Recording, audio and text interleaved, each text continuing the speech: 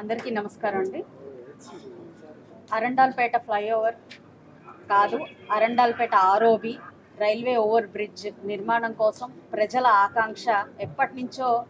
ఎందరో ఈ యొక్క ఆర్ఓబి నిర్మించాలి, ఇది నిర్మిస్తే అనేక ట్రాఫిక్ సమస్యలు పరిష్కారం అవుతాయి, పెరిగిపోతున్న ట్రాఫిక్ దృష్ట్యా, ఈ బ్రిడ్జ్ వీక్నెస్ దృష్ట్యా దీన్ని మార్చాల్సిన అవసరం ఉంది, కొత్తది వేసుకోవాల్సిన అవసరం ఉంది అని చెప్పి ఎందరో ప్రజలు రిప్రజెంటేషన్స్ రూపంలో 10 సంవత్సరాల నుంచి కూడా నాయకుల చుట్టూ తిరుగుతూ ఉన్న పరిస్థితులు ఏర్పడ్డాయి. అయితే కూటమి ప్రభుత్వం మీద ఎంతో ఆశతో మళ్ళీ ఇక్కడ ఏదైనా న్యాయం జరుగుతుంది అని చెప్పి ఈ రాష్ట్రంలో కూటమి ప్రభుత్వం ఏర్పడిన వెంటనే మాకు మళ్ళీ రిప్రజెంటేషన్స్ ఈ ఆర్ఓబి మీద, శంకర్ విలాస్ ఆర్ఓబి మీద వెల్లువెత్తున వచ్చినప్పుడు మేము మంత్రివర్యుల దృష్టికి ఇలాగ ప్రజల ఆకాంక్ష ఇది, ఇక్కడ కంపల్సరీగా ఈ ఆర్ఓబి నిర్మించుకోవాలి, గుంటూరులో ఈ ఆర్ఓబి అనేది చాలా ప్రతిష్టాత్మకమైన ఒక ప్రాజెక్టు, దీన్ని మనము చేపడితే చాలా మన ప్రభుత్వానికి మంచి పేరు వస్తుంది, ప్రజల ఆకాంక్ష ఇది అని చెప్పి మంత్రి గారి దృష్టికి తీసుకెళ్ళినప్పుడు ఆయన చాలా సీరియస్గా తీసుకొని దాన్ని శాంక్షన్ చేపించేదాకా కూడా ఒక్కరోజు కూడా ఆయన రెస్ట్ తీసుకోకుండా నిర్విరామంగా దీని మీద కృషి చేసి చాలా ఫాస్ట్గా దీని అన్ని డిపిఆర్లు రెడీ చేసి ప్రతి అంశాన్ని కూడా మా అందరితో కూర్చుని డిస్కస్ చేసి ఈరోజు ఒక డిజైన్తో ముందుకొచ్చాము.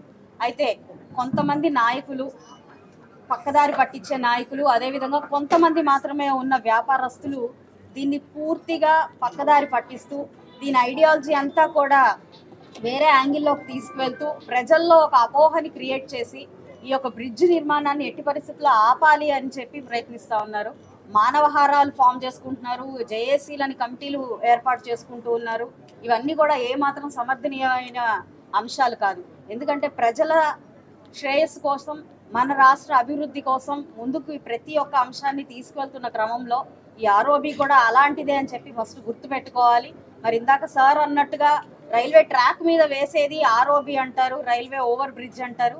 దాన్ని లెంత్ పరంగా, లేదంటే ఆర్యూబి పరంగా, లేదా ఇంకా ఇతరత్ర కారణాలు, లెంత్, విడ్త్, హైట్, ఇలా అన్ని అంశాల మీద ఫోకస్ చేసి వాటిలో ఏమాత్రం ఒక నిజమైన కామన్ సెన్స్ కూడా జనరల్గా ఎవరినైనా మనం చూపించినప్పుడు, ఆ డిజైన్ చూపించినప్పుడు ప్రతి ఒక్కరికి ఈజీగా అర్థమయ్యే విధానాన్ని కూడా లేనిపోని మీడియా పాయింట్లతో లేదంటే మానవహారాలతో ప్రజల్ని మభ్యపెట్టే ఒక ప్రయత్నమే తప్ప ఇందులో ఎలాంటి వాస్తవాలు లేవు. వారు చేసే ప్రయత్నాలన్నీ కూడా ఉత్తుత్తి ప్రయత్నాలు.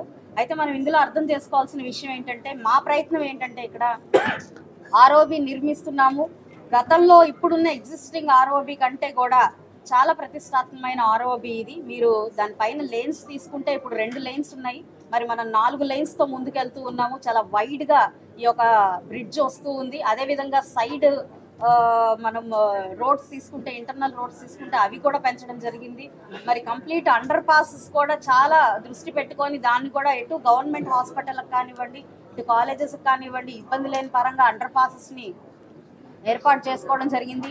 ఇందాక మంత్రివర్యులు చెప్పినట్టు పైన ఉన్న హైట్ను కూడా చాలా వరకు పెంచుకోవడం జరిగింది, లెంత్ పెంచడం జరిగింది. ఆర్యూబీ గురించి అపోహలు చెప్తా ఉన్నారు. మరి ఎప్పుడైనా రైల్వే బ్రిడ్జ్ని మనం రైల్వే లైన్స్ని క్రాస్ చేయాలి అంటే ముందుగా వేసుకోవాల్సింది ఆర్యూబీ. అయితే మరి ఈ ఆర్యూబీని చేపట్టకుండానే 1950లో ఆర్ఓబీని వేసేసిన పరిస్థితుల్లో ఇప్పుడు మనం ఏదైనా మార్పులు చేయాలంటే కొత్తగా ఆర్యూబీని మనం ఏర్పాటు చేసుకోవాల్సిన అవసరం లేదు కాబట్టే ఆ రోజు ఆర్ఓబీగా ముందుకు వెళ్ళాము. దాన్నే ఇంకొంచెం మెరుగుపరుస్తూ మంత్రివర్యులకు సాధ్యమైనంత కేంద్రం నుంచి సాధ్యమైనంత నిధులు తీసుకొచ్చి ఈరోజు దీన్ని చాలా ప్రతిష్టాత్మకంగా చేపట్టాలి అని చెప్పి ఆయన ఆకాంక్షిస్తున్నప్పుడు దీన్ని పక్కదారి పట్టించి 4-5 వ్యాపారస్తుల ఒక వెస్టెడ్ ఇంట్రెస్ట్తో దాన్ని సైడ్ ట్రాక్ చేస్తున్నప్పుడు దాన్ని ప్రజలు కానివ్వండి, మీడియా కానివ్వండి, ఇంకా ఇతరత్ర నాయకులు కానివ్వండి పక్కదారి పట్టించి దీన్ని డిమోరలైజ్ చేయాలి అని అనుకోకూడదు.